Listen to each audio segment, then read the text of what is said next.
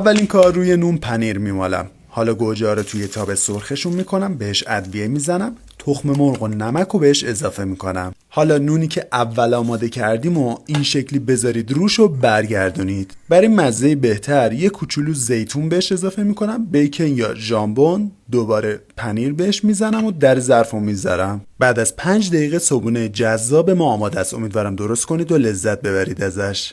اینم بهتون بگم تمام خریدای این ویدیو رو من از هایپر استار انجام دادم که اتفاقا الانم تولد 15 سالگیشه و به همین مناسبت اگه تا 28 بهمن ازشون خرید بکنید میتونید یکی از برنده های خوششانس 15,000 تا جایزه هایپر استار بشید. علاوه بر این که توی هایپر استار همه چیز پیدا میشه و زیر یه سقف، مسابقه های تلگرامی هم دارن که جایزه‌های جذاب تری تو اون بهتون میدن.